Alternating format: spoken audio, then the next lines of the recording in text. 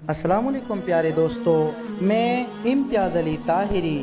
دوستو، نامور نفسیات دان فرائڈ کے پاس شہر کا امیر ترین شخص آیا اور اسے کہنے لگا، فرائڈ، میرے پاس دنیا کی تمام نعمتیں موجود ہیں، لیکن میرے دل میں قرار نہیں ہے، مجھے سکون اور خوشی کا احساس نہیں ہوتا، تم میرا علاج کرو۔